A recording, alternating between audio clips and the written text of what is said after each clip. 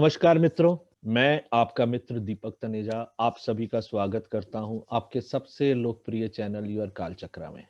मित्रों, आज हम एक बहुत ही बढ़िया दिलचस्प विषय जो वर्तमान में आकाश में होने वाली एक खगोलीय घटना से संबंध रखता है।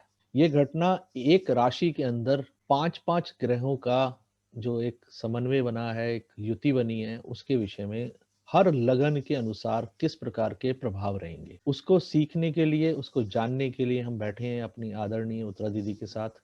मैं आप सभी के सहयोग से उनका स्वागत करता हूं। नमस्कार दीदी, आपका स्वागत है। नमस्कार नमस्कार दीपक जी, नमस्कार। और ये जो खगोलीय घटना जिसकी अभी इन्होंने चर्चा की है दीपक जी ने, वो 14 जनवरी से ही शुरू हुई है। देखिए, आप सभी जानते हैं कि गुरु और शनि की युति तो चल रही है काफी दिन से, उसके ऊपर भी हमने एक वीडियो बनाया था। उसके बाद वहां बुध भी आ गया है मकर राशि में, और फिर चंद्रमा 2 दिन से है, आज भी है। और उसके बाद सूर्य ने 14 तारीख को मकर राशि में प्रवेश किया। तो एक तरह से 5 ग्रहों की युति जो है वो मकर राशि में हुई है स्पेशली। तो हम यही जानना चाहते हैं कि मकर राशि में इन 5 ग्रहों की युति विभिन्न लग्न वाले जातकों के लिए क्या क्या प्रभाव या क्या क्या फल दे सकती है। तो हम लग्न के हिसाब से देंगे। सुबह 6 सवा 6 बजे के आसपास जो है, हमने नोएडा का लिया है। वैसे तो वर्ल्ड वाइड जो है ये, तो सुबह 6:15 जो है सूर्य ने धनु राशि से मकर राशि में प्रवेश किया। ये खगोलीय घटना है।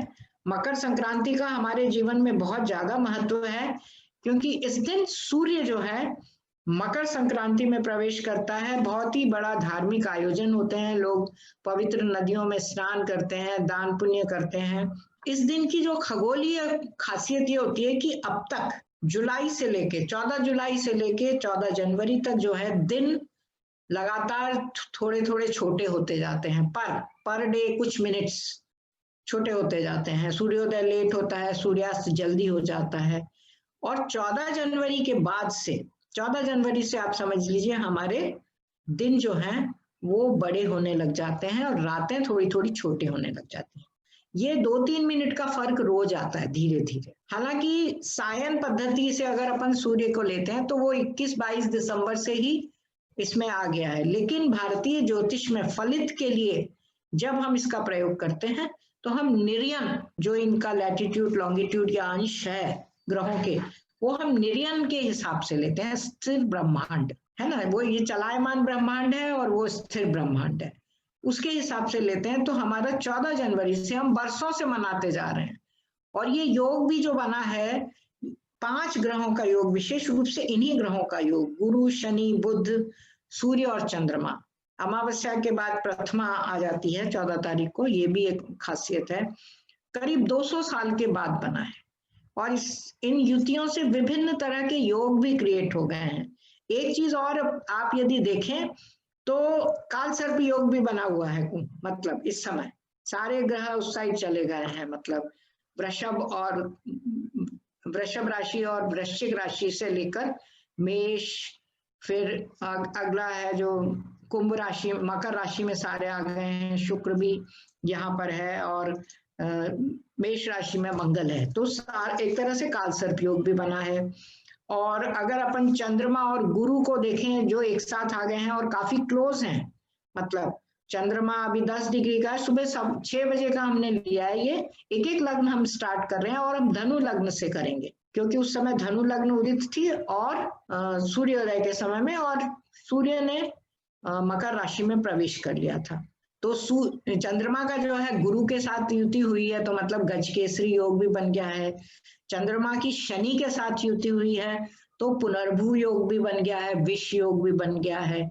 इसी प्रकार चंद्रमा का बुध के साथ भी संयोग हुआ है, सूर्य का बुध के साथ हुआ है। तो इस तरह से बहुत सारे योग भी अपने आप ही बन गए हैं, जिनके विभिन्न लग्न वाले लोगों को तरह तरह के फल मिलेंगे। इसमें सबसे पहले हम धनु राशि में, चूंकि सूर्योदय हुआ था, तो हम धनु राशि से स्टार्ट कर रहे हैं, मेष राशि से स्टार्ट ना करके।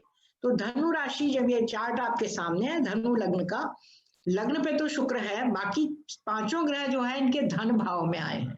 एक चीज और मैं आपको बता दूं कि इसमें से केवल सूर्य जो है वो केवल सूर्य अपने ही नक्षत्र में है, और बाकी जो ग्रह हैं चारों के चारों ग्रह चंद्रमा के नक्षत्र में है। अब धनु लग्न वालों के लिए सूर्य तो चलो भाग्येश है, तो सूर्य तो भाग्य में 9वें भाव से संबंधित हमारे क्रियाकलापों में वृद्धि करेगा लेकिन बाकी ग्रह जो है चंद्रमा के नक्षत्र में, चंद्रमा खुद भी अपने नक्षत्र में आ गया है, जस्ट प्रवेश किया है, तो ये चंद्रमा हमारे लिए अष्टम भाव का स्वामी हो गया है। अष्टम भाव का स्वामी होने से हमें सेकंड हाउस में ये युति बनी है, तो धनु लग्न के लोगों को आर्थिक रुपए पैसे संबंधी चिंता हो सकती है, उन्हें अटका हुआ पैसा भी मिल सकता है। इस तरह से जो है धन भाव इनका फुल दिख रहा है, पैसा मिल भी सकता है, जो उनका बिना कमाया हुआ पैसा है वो भी मिलने की संभावना बनती है, क्योंकि बुध को हम देखते हैं तो सप्तमेश और दशमेश है, वो वहां बैठा हुआ है, तो वो भी अटका हुआ पैसा उनके कार्यस्थल से दिलवा सकता है। शनि को हम देखें तो शनि स्वयं ही धन भाव का स्वामी है, तीसरे भाव का स्वामी है, अर्थात यदि ये कोशिश करते हैं और थोड़े प्रयास करते हैं तो इन्हें अटका हुआ पैसा मिल सकता है, हालांकि उसकी चिंताएं भी इनको लगी रहेंगी। गुरु को हम देखते हैं तो लग्न का और चतुर्थ भाव का स्वामी है, तो कुछ स्वास्थ्य संबंधी चिंताएं दे सकता है, क्योंकि अष्टमेश का लग्न से भी संयोग हुआ है, गज केसरी योग जो हम अभी कह रहे थे, तो स्वास्थ्य संबंधी चिंताएं दे सकता है, या मदर से रिलेटेड, क्योंकि फोर्थ हाउस का स्वामी है। मदर से को देखकर, मदर के स्वास्थ्य को लेकर, हालांकि मदर स्वस्थ रहेंगी लेकिन वो मदर की चिंता कर सकता है, या मदर को अपने जो उनकी हॉबीज रहती हैं, क्योंकि मदर के लिए ये पंचम भाव है, अष्टम भाव, और लाभ भाव ऑपरेट हो रहा है, तो माँ को एक तरह से लाभ तो बहुत होगा, और उनको उनके कार्य में जो उनके पसंदीदा काम है उससे उनको लाभ होगा। मतलब इनडायरेक्टली हम कह सकते हैं उनके नाम से अगर कुछ शेयर मार्केट में कुछ पैसा हुआ या किसी और में उन्होंने पैसा लगाया तो उससे फायदा भी हो सकता है। ये मोटा मोटा मैंने आपको धनु लग्न वालों के लिए जो बताया जो होना चाहिए। अब हम आ जाते हैं मकर लग्न वालों के लिए। यदि मकर लग्न को हम देखें तो मकर लग्न में जो ये सारे ग्रह हैं ये लग्न पे ही आ गए सारे। सप्तमेश है, यहाँ पे चंद्रमा का कारकत्व बदल गया है, सप्तमेश है चंद्रमा, और अष्टमेश हो गया है सूर्य। तो सूर्य तो अपने ही नक्षत्र में है, इसलिए वो चिंता और परेशानी देगा, जैसे ही वो लग्न में आएगा मकर लग्न के लिए चिंता और परेशानी देगा। लेकिन बाकी जो अन्य ग्रह जो चंद्रमा के नक्षत्र में है वो पत्नी से आपस में प्यार स्नेह बढ़ा सकते हैं, व्यापारिक संबंध अच्छे हो सकते हैं, समझौते हो सकते हैं। शनि जो है इनके लिए लग्नेश भी है और धनेश भी है, तो उससे जुड़े हुए क्रियाकलापों में कुछ रुकावट भी आ सकती है, क्योंकि शनि और चंद्र की युति पहली बार में काम नहीं बनने देती है। व्यापार से पैसा मिलने वाला हुआ तो उसमें एक बार में ना हो, फिर दोबारा जब ये प्रयास करें तो हाँ हो जाए। गुरु जो है उसका जो फल है चंद्रमा के नक्षत्र में होने से वो छोटी छोटी सी यात्राएं उस समय कर सकता है, अपने धन प्राप्ति या बिजनेस से संबंधित जो है छोटी शॉर्ट जर्नीज वो कर सकता है। और बुध जो है वो इनका छठे और 9वें भाव का स्वामी है, तो छोटी यात्राएं भी हो सकती हैं या लंबी यात्राएं भी हो सकती हैं। इस प्रकार के फल इन्हें जो है, और खर्चे भी हो सकते हैं। ये फल जो है इन्हें, ये जो युति है 5 ग्रहों की युति काफी क्लोज ग्रह हैं। देखिए शनि 9 डिग्री का है, चंद्रमा 11 डिग्री का है, गुरु भी 11 डिग्री का है, और बुध 15 डिग्री का है, मतलब बहुत ही घनिष्ठ संबंध बना हुआ है। तो ये सारे ग्रह मिलकर एक दूसरे को प्रभावित भी कर रहे हैं, अच्छे भावों के स्वामी होकर अच्छे फल दे रहे हैं, और अकारक भावों के स्वामी इसमें केवल गुरु है अकारक, और एक सूर्य है केवल अष्टमेश है। तो यही थोड़ी सी चिंता और परेशानी या खर्चा ये दे सकते हैं। बाकी जो है मैंने बताया आपको, छोटी छोटी यात्राओं या लंबी यात्राओं पर खर्चा कर सकते हैं, या पेमेंट वगैरह के लिए आपको भाग दौड़ करनी पड़ सकती है व्यापारिक। अब हमारी अगली लग्न, क्योंकि ये 8 बजे उदित हुई है, 8 सवा 8 बजे मकर लग्न, हम 10 बजे के आसपास का देखें गोचर तो उस समय फिर कुंभ लग्न उदित हो गई थी। तो कुंभ लग्न में हम देख रहे हैं कि सारे ग्रह जो हैं, 5 ग्रह व्यय भाव में चलेगा, और केवल सूर्य के नक्षत्र में है, और बाकी अन्य ग्रह चंद्रमा के नक्षत्र में है। चंद्रमा इनके लिए, सूर्य तो इनके लिए सप्तमेश है, सप्तमेश के छठे भाव में जीवन साथी हो या पार्टनर हो, उसके छठा भाव फुल हो गया है, अर्थात उसको स्वास्थ्य संबंधी समस्याएं हो सकती हैं, दिक्कतें हो सकती हैं।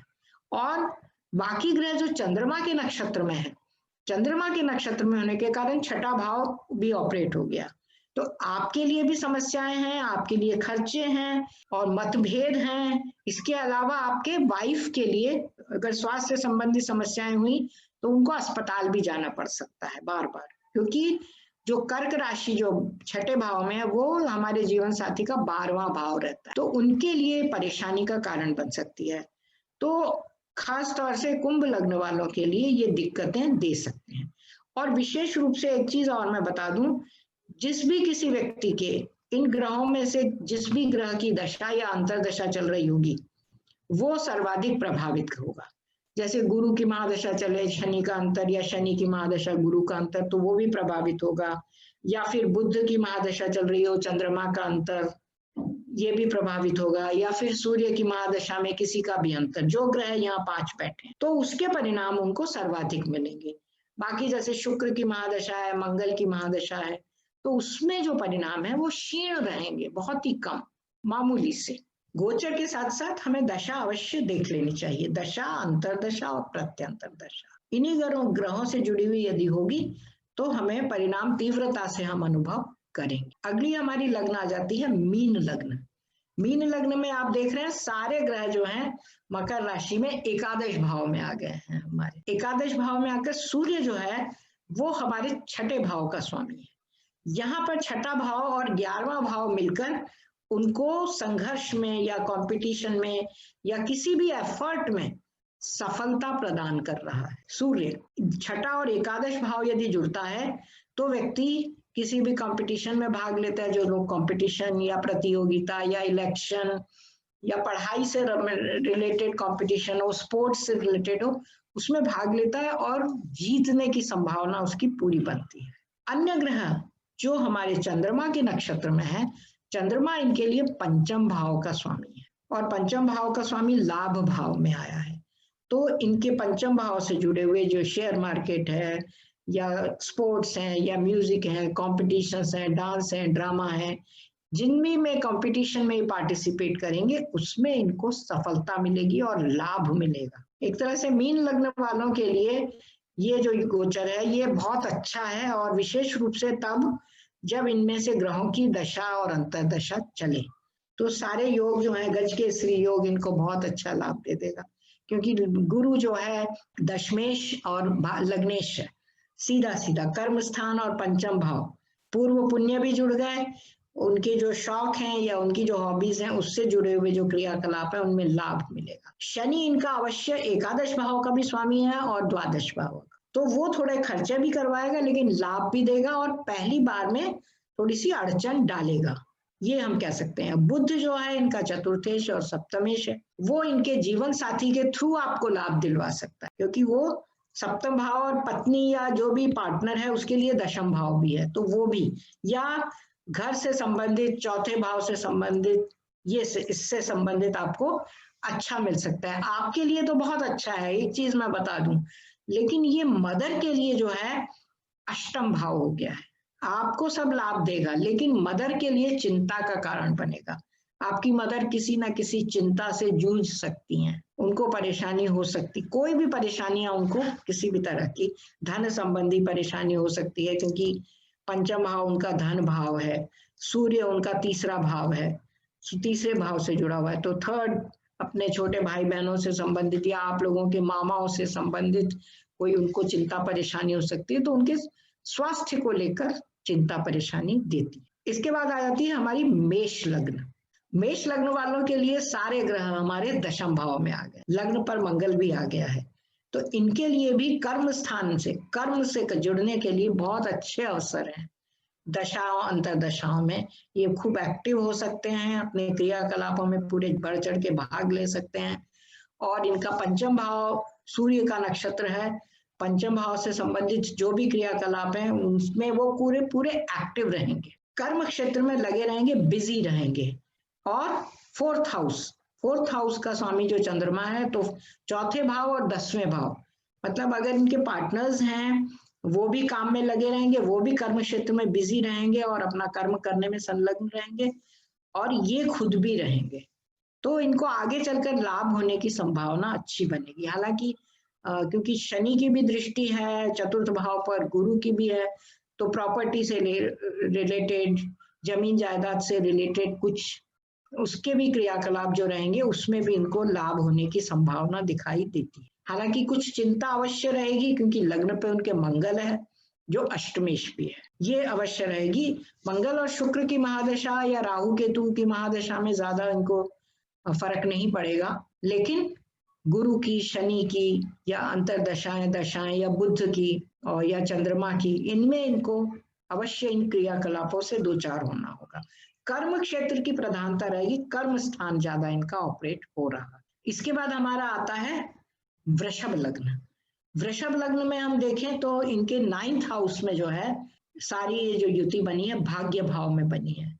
अब इनके लिए जो है गुरु जो है वो अष्टमेश भी है और लाभेश भी है, वो 9th हाउस में है। तो इनके लिए इनके पिता से संबंधित स्वास्थ्य संबंधी समस्याएं आ सकती है। गुरु है पिता के लिए व्यय भाव का स्वामी उनके लग्न पे आ गया है, शनि आ गया है, तो हो सकता है कि पिता इनके हॉस्पिटल में जाएं या कुछ ना कुछ उनको दिक्कत हो, कोई परेशानी हो या अस्पतालों के चक्कर लगे या इनको सेवा करनी पड़े, इस तरह से। और शनि जो है कर्म क्षेत्र की और भाग्य और एकादश भाव से दे रहा है। इसके अलावा धन भाव भी इनका जुड़ रहा है, पंचम भाव भी जुड़ रहा है। तो एक तरह से ये कुछ ना कुछ धार्मिक क्रियाकलापों में या सेवा भाव में 9th हाउस वो है उसमें जुड़े रह सकते हैं। हो सकता है ऑफिस से छुट्टी भी लेनी पड़े या लें, वो स्वेच्छा से भी ले सकते हैं सेवा करने के लिए, सेवा का मौका इनको इस पीरियड में मिल सकता है। इसके अतिरिक्त यदि अपन और देखें तो मदर के लिए जो है थोड़ा सा स्वास्थ्य संबंधी समस्याएं आ रही हैं, क्योंकि मदर के लिए ये छठा भाव है और पंचम भाव, चतुर्थ भाव का स्वामी सूर्य है, वो छठे चला गया है। तो मदर भी का स्वास्थ्य भी थोड़ा सा गड़बड़ा सकता है या उनको भी कुछ ना कुछ समस्या हो सकती है। इस तरह से हम इसको देख सकते हैं। आगे आती है हमारी मिथुन लग्न। मिथुन लग्न में ये सारे ग्रह जो हैं अष्टम भाव में आ गए हैं। मिथुन लग्न वालों के लिए थोड़ी सी दिक्कत वाली बात है, क्योंकि जो लग्नेश है वो भी अष्टम भाव में आ गया। अन्य ग्रह यदि बुध नहीं आता यहाँ अष्टम भाव में तो शायद इनको स्वास्थ्य संबंधी समस्या नहीं आती। कल ही मेरे पास एक कुंडली आई थी, उन्होंने बहुत रिक्वेस्ट करी थी, वो बच्चा बिना किसी कारण के, उसको फीवर है और हॉस्पिटलाइज है, फीवर है और सर दर्द है, मिथुन लग्न का ही बच्चा था वो, इसलिए मुझे ध्यान आ गया। और 15 दिन हो गए उसको अस्पताल में भर्ती है, कोई भी टेस्ट रिपोर्ट कुछ भी नहीं है, सब नेगेटिव है, ना कोरोना है ना कुछ है, लेकिन बस उसका बुखार नहीं उतर रहा और सिर दर्द नहीं जा रहा। तो ये अष्टम भाव में जो मैंने देखा कि अष्टम भाव में ये युति बनी हुई और उसकी दशा भी इनमें से किसी एक की ही चल रही थी, शायद चंद्रमा की थी या कुछ थी। तो मैंने बताया है कि अभी 29 जनवरी तक उसका पीरियड जब तक बदल नहीं जाता, एटलीस्ट बुध भाग्य भाव में नहीं आ जाता, चंद्रमा नहीं चेंज हो जाता, तब तक थोड़ी सी समस्या उनकी रहेगी। तो चंद्रमा इनके धन भाव का स्वामी है, बच्चे हैं तो बड़े हैं तो इनको भी धन भाव से संबंधित, रुपए पैसे से संबंधित चिंताएं भी हो सकती हैं, क्योंकि बुध जो है लग्न और चतुर्थ भाव का स्वामी है और गुरु जो है जो वहां बैठा है वो सप्तम और दशम भाव का स्वामी है। तो दोनों पार्टनर्स के लिए, पार्टनर्स की तो बहुत अच्छी है, इनकी धन भाव फुल है, उनको तो पैसा मिल सकता है, अपने जीवन साथी से मिल सकता है, अपने पार्टनर से मिल सकता है, प्रयासों में सफलता मिल सकती है, लेकिन इनके लिए जो है खुद इनके लिए थोड़ा सा चिंता और परेशानी का कारण है यदि इनमें से किसी भी ग्रह की दशा या अंतरदशा चल रही है। आगे आ जाती है हमारी कर्क लग्न। कर्क लग्न वालों के लिए ये जो युति बनी है ये सप्तम भाव में बनी है। अब कर्क लग्न वालों के लिए यदि हम देखना चाहें तो लग्नेश है चंद्रमा, वो वहां पर है इस युति में। इसके अतिरिक्त शनि वहां है, शनि इनके लिए सप्तमेश और अष्टमेश है, ये भी ठीक नहीं है। जो शनि और चंद्र की युति इनको बहुत ही चिंता, परेशानियां, रुकावटें, हर काम में देरी ये डालने वाली है। और गुरु भी वहां है, गुरु यहाँ छठे भाव और 12वें भाव का स्वामी है। तो छठा भाव जो है मतलब एक तरह से छठा, सातवां, आठवां और 9वां भाव ये ऑपरेट हो रहे हैं और साथ में तीसरा और 12वां भाव भी है ना। तो हर तरफ परेशानी और खर्चा, जिससे स्वास्थ्य पर थकान का प्रभाव, चिंताओं का प्रभाव, ये सब बुरे प्रभाव जो हैं ये पड़ने की पूरी संभावना यह रहती है यदि इनमें से जिन जिन ग्रहों की दशा अंतरदशा चलेगी उनके प्रभाव सर्वाधिक अनुभव किए जाएंगे। 2-3 दिन, क्योंकि चंद्रमा तो निकल जाएगा तो उसके प्रभाव फिर क्षीण हो जाएंगे। चंद्रमा फास्ट मूविंग प्लैनेट है तो उसके प्रभाव क्षीण हो जाएंगे। इसीलिए हमने 14 जनवरी का ये गोचर स्पेशली लिया है। 14-15 आज भी चंद्रमा इसी में ही है। मंगल के नक्षत्र तक, मंगल के नक्षत्र के 2 चरण रहेंगे तब तक चंद्रमा यहाँ। मंगल के नक्षत्र में आने से इसके प्रभाव बदल जाएंगे। अभी मंगल के नक्षत्र में नहीं है वो 14 जनवरी और 15 जनवरी। तो इस तरह से इनको प्रभाव अनुभव किए जाएंगे। और इनके लाइफ पार्टनर के लिए जो है ये सूर्य अष्टमेश है, वो भी लग्न पे आ गया। लाइफ पार्टनर को भी थोड़ी सी टेंशन परेशानी है। तो इस तरह से हम कह सकते हैं कि हाँ, मदर के लिए अवश्य अच्छा है या फादर के लिए भी लाभदायक स्थिति बनाता है, मदर फादर अगर है तो। लेकिन इनके खुद के लिए और इनके जीवन साथी या इनके बिजनेस पार्टनर्स के लिए थोड़े से चिंतादायक कुछ दिन है ये। और यदि दूसरे अन्य ग्रहों के दशाएं हैं तो थोड़े लंबे समय के लिए, विशेष रूप से शनि या गुरु की हैं तो, क्योंकि उनको तो अभी काफी दिन यहाँ रहना है और चंद्रमा के नक्षत्र में भी वो काफी दिन रहेंगे, ठीक है ना। क्योंकि शनि जो है वो एक नक्षत्र में 13 महीने रहता है और गुरु जो है वो 5 महीने के करीब रहता है। तो ये अनुभव जो है थोड़े से दीर्घगामी रहेंगे अगर गुरु की दशा या अंतर्दशा शनि की या शनि की महादशा गुरु का, वो अनुभव ज्यादा किए जाएंगे। इसके बाद आ जाता है हमारी सिंह लग्न। आ जाता सिंह लग्न वालों के लिए ये सारी युति जो है 6ठे भाव में बनी है। और नक्षत्र क्या है? सूर्य का नक्षत्र तो सूर्य का ही है, वो तो लग्न से जुड़ा है, तो लग्न और 6ठा भाव कनेक्ट हो गया है। और बाकी सारे ग्रह इनके चंद्रमा के नक्षत्र। चंद्रमा जो है इनके लिए व्यय भाव का स्वामी है और चंद्रमा यहाँ आ भी गया है। तो सिवाय मतभेद खड़ा करने के या स्वास्थ्य संबंधी समस्याएं देने के ये और कोई फल नहीं दे सकता। हालांकि बुध जो है धनेश और लाभेश है, यदि किसी की बुध की महादशा चल रही है तो उसको अवश्य लाभ होगा, उसको पैसा वैसा मिलने के अच्छे योग हैं, क्योंकि 2nd हाउस जुड़ जाएगा, 11th हाउस जुड़ेगा और 6ठा भाव भी जुड़ रहा है और चंद्रमा के साथ है, वो चंद्रमा के ही नक्षत्र में है, तो उसको बाहर से धन लाभ होने की संभावना बनती है। लेकिन सूर्य के 6ठे भाव में जाने से, अपने ही नक्षत्र में होने से स्वास्थ्य संबंधी समस्याएं अवश्य देगा। इनके जो छोटे मामा वगैरह हैं, मामाओं का ये, छोटे मामा का ये जो घर है, तो माता के लिए जो है छोटे मामाओं की छोटी छोटी उनके स्वास्थ्य संबंधी, शरीर या विभिन्न तरह के जो क्रियाकलाप हैं उनसे संबंधित जो कार्य हैं वो होने की संभावना है। इस तरह से हम इसको देख सकते। अगली हमारी लग्न आती है कन्या लग्न। कन्या लग्न में जो ये युति है ये 5म भाव में बनी है, मतलब लग्नेश भी वहां है।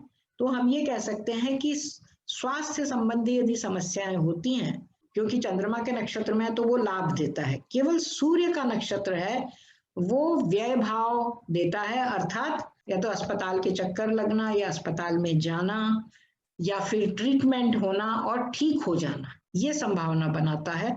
और पिछले पुण्यों का उदित होकर उसको लाभ देना, या अगर वो बीमार है कोई तो उसकी रिकवरी होना।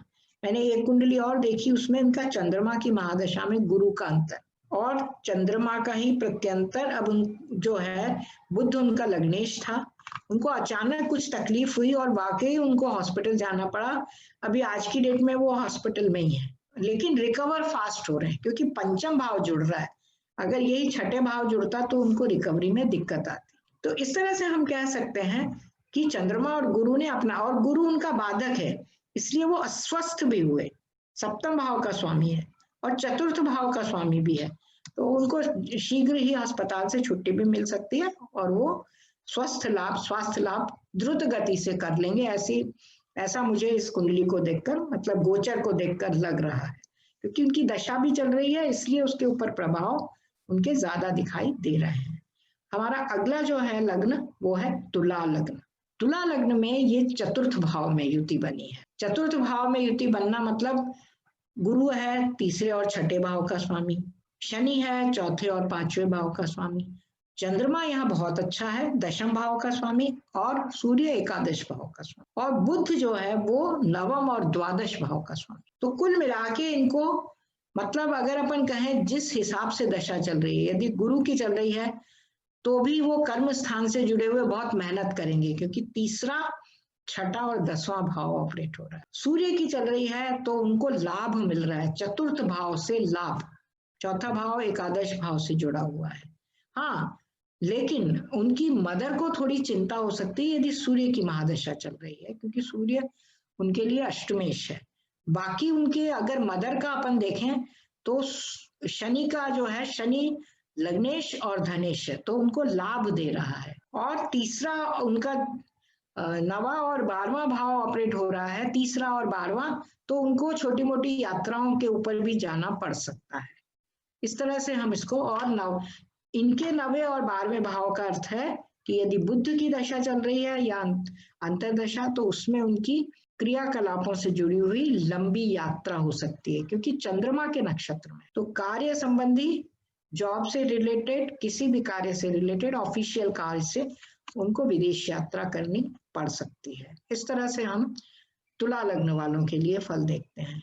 अब अंत में हमारी आती है वृश्चिक लग्न। क्योंकि हमने धनु लग्न से स्टार्ट किया था, इसलिए हमारी वृश्चिक लग्न सबसे अंत में आई है, और फिर वो सूर्योदय का टाइम आ गया, मतलब दोबारा धनु लग्न उदित हो जाएगी। इसके बाद हमने एवरेज 2-2 घंटे के बाद लग्न लेकर बनाई है।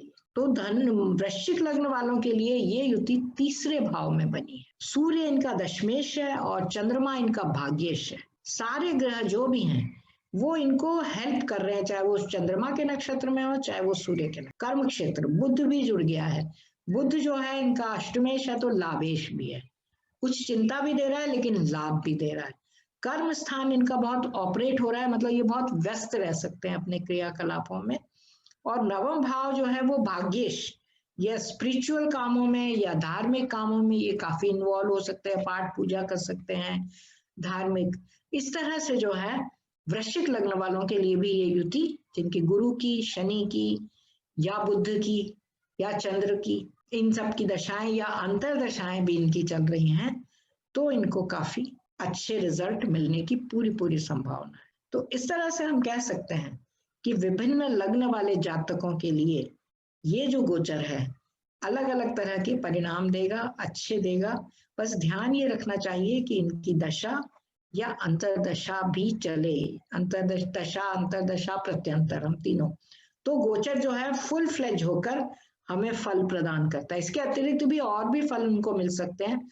हमने यहाँ संक्षेप में और जनरल रिजल्ट्स आपको बताने का प्रयास किया है। बाकी तो एक एक लग्न के हिसाब से और भी बहुत सारे रिजल्ट्स उनको मिल सकते। आप लोगों ने ये वीडियो सुना, इसके लिए बहुत बहुत धन्यवाद। बहुत बढ़िया, बहुत अच्छे से आपने एक एक पॉइंट को कवर किया दीदी। आपने एकदम से सटीकता से जिस जिस तरीके की चीजें बताई हैं वैसी ही जो है इसके रिजल्ट्स निकलेंगे। अद्भुत कहना चाहिए इसे, बहुत मतलब ही उन्होंने अनुभव ही कर लिए होंगे 14-15, क्योंकि इस समय ये आज 15 तारीख है, तो अनुभूत हो गए होंगे उनको, या उनकी अगर शनि और गुरु से जुड़ी हुई दशाएं या बुध से हैं तो कुछ समय तक और होते रहेंगे। जी। बाकी अन्य ग्रहों का भी प्रभाव अवश्य पड़ता है जो हमारी कुंडली में फिक्स है। ये हमने केवल गोचर के हिसाब से बताया। इस बहुत अच्छे वीडियो के लिए हृदय से धन्यवाद, आभार। आदरणीय उत्तरा दीदी का मोबाइल नंबर और ईमेल एड्रेस सामने दिया हुआ है। आप सभी जो उनसे संपर्क करना चाहते हैं, आइदर फोन करें या मेल करके या व्हाट्सएप करके आप उनसे संपर्क कर सकते हैं। इसी के साथ नमस्कार, धन्यवाद।